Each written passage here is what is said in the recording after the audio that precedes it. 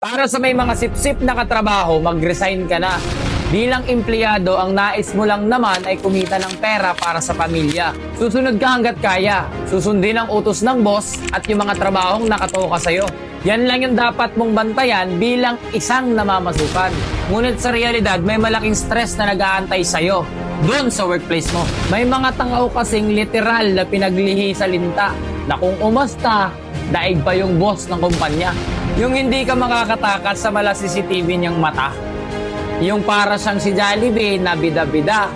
At lagi ang employee of the month dahil ang alam nila, anghel siya. Parehas lang naman kayo ng sahod pero pag umasta parang tagapagmana na. Kaya kung meron kang mga katrabaho na ganito ugali at asta, mag-resign ka na.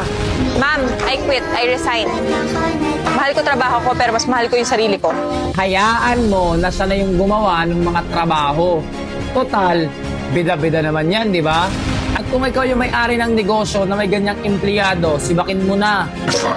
Masasayang lang yung ibang tao na porsigido at seryoso dun sa trabaho nila. Kaya ikaw, hindi mo deserve yung mga ganyang katrabaho. Dahil sila lang yung uubos ng pasensya mo at pag di mo na natansya, ikaw pa yung magiging masama.